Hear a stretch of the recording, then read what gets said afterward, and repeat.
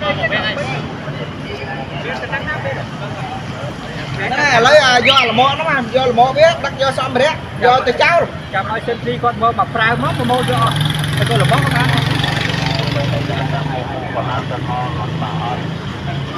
này lúc mà sang được chạy cả hai mà nó bà là chụp điệp xuống lúc cha sực cắt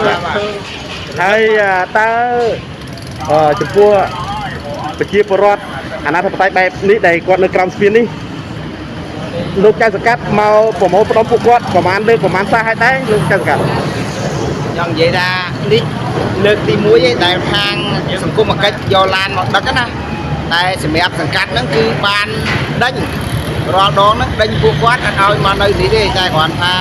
ពេលដែលយើងដេញហ្នឹងគាត់ចេញទៅបាត់ទៅយប់ឡើងគាត់លួចចូលមកវិញអញ្ចឹងហើយបើសិនជាបានសង្គមកិច្ចយកឡានមកដឹកយកគាត់ទៅដាក់មណ្ឌលដាក់អីចឹងទៅអាហ្នឹងសង្កាត់សហការមិនឲ្យមាននៅកន្លែងហ្នឹងតទៀតទេបាទហើយបើសិនជាខាងគុំកិច្ចអត់ជួយដឹកទេអាហ្នឹងនៅហ្នឹងឯងដេញទៅមកវិញដេញទៅមកវិញហ្នឹងតែថ្ងៃនេះខ្ញុំសប្បាយចិត្តណាស់ដោយសារយើងបានសង្គមកិច្ចយកឡានយកមកដាក់មកដឹកគាត់ដើម្បីយកទៅដាក់នៅមណ្ឌលបាទហើយឲ្យតែមានឡានខាងគុំកិច្ចមកដឹកអញ្ចឹងខ្ញុំនឹងសហការនិយាយទៅចាប់ជួយចាប់ជួយបញ្ជូនគាត់ទៅមណ្ឌលដើម្បីកុំឲ្យគាត់មកដេកជាលក្ខណៈអាណាធិបតេយ្យអញ្ចឹងតទៅទៀតបាទសូមអរគុណលោកចៅសកាត់សូមលោកចៅសកាត់ជួយជម្រាបសារលោកចៅសកាត់ឈ្មោះអ្វីដែរហើយនៅក្នុងសង្កាត់ណាដែរបាទខ្ញុំឈ្មោះវ៉ាសាវឿនចៅសកាត់ចំចៅទី3ខណ្ឌពោធិ៍សែនជ័យរាជធានីភ្នំពេញពោធិ៍សែនជ័យកាលពីមុននៅកន្លែងនេះវាមិនសូវមានជនអនាថាយច្រើនអញ្ចឹងទេតែមករយៈចុងក្រោយនេះដោយសារតែយើងមានស្ពានមានអីទៅគាត់ដេកស្រួលអីស្រួលអត់ត្រូវថ្ងៃត្រូវភ្លៀងទៅគាត់ជាប្រមូលផ្ដុំគ្នាមកនៅហ្នឹងអញ្ចឹងឃើញថាថ្ងៃនេះមានខាងសង្គមកិច្ចមកដឹកអញ្ចឹងខ្ញុំសប្បាយចិត្តនឹងជួយប្រមូលឲ្យសហការជាមួយសង្គមកិច្ចដើម្បីចាប់បញ្ជូនគាត់ទៅមណ្ឌលដើម្បីកុំឲ្យគាត់មកដេកលក្ខណៈអាណាថាហើយនឹងអាណាធិបតេយ្យអញ្ចឹងតទៅទៀតបាទសូមអរគុណច្រើនលោកចៅសង្កាត់មានតែនាំគាត់ទៅសង្កាត់ដើម្បីអប់រំធ្វើកិច្ចសន្យាឬណែនាំអ្វីដែរទេបាទនិយាយទៅខាងគាត់នេះខ្ញុំអាសាចាប់យកទៅសង្កាត់ណាណែនាំឲ្យមកប្រឡែងមកវិញគាត់នៅតែធ្វើអញ្ចឹងទៀតនិយាយទៅគាត់អត់មានអីរៀងចាលអីទេគាត់សម្រាប់ពួកគាត់ហើយបានជាលើកទីប្រហែលហើយដែលបានយកទៅអប់រំណែនាំធ្វើកិច្ចសន្យានៅឯ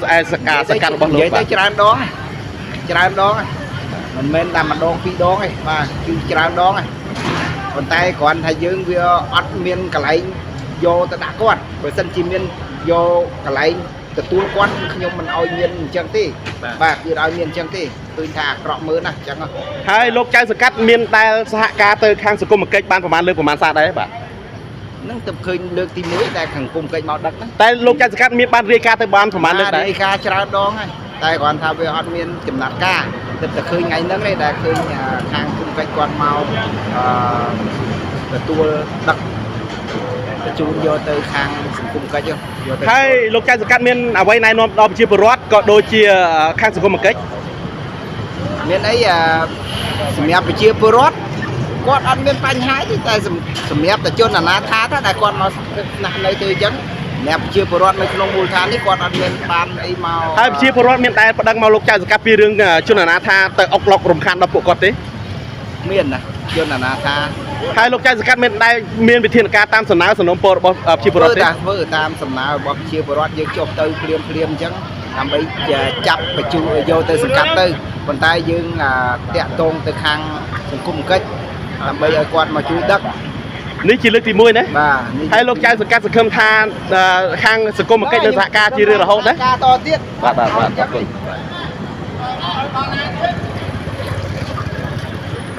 បាទនេះគឺជាខាងសង្គមកិច្ចគាត់បាន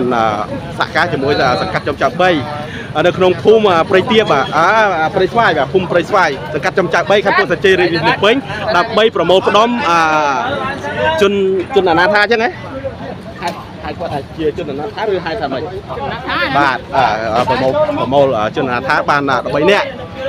គឺថាប្រជាពលរដ្ឋរាយការណ៍មកមេភូមិក៏ដូចជាចៅសង្កាត់គឺមានស្រីចំនួន3នាក់រីឯប្រុសរហូតដល់តែ10នាក់ឯណោះបាទនេះគឺជាខាងសង្គមកិច្ចរាជធានី បាទបានមកប្រមូលហើយសហការជាមួយថ្នាក់មូលដ្ឋានសង្កាត់ចំចៅ3ប្រមូលជនអនាថាយកទៅបាទចូលនៅក្នុងក្រសួងសង្គមគិច្ចបាទមែននៅកន្លែងបងបីតោះនៅកន្លែងសាលារៀននេះបង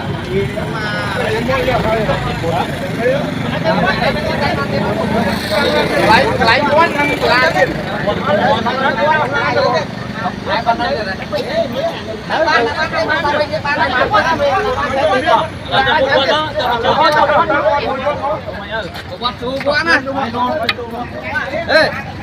một quạt tu quan.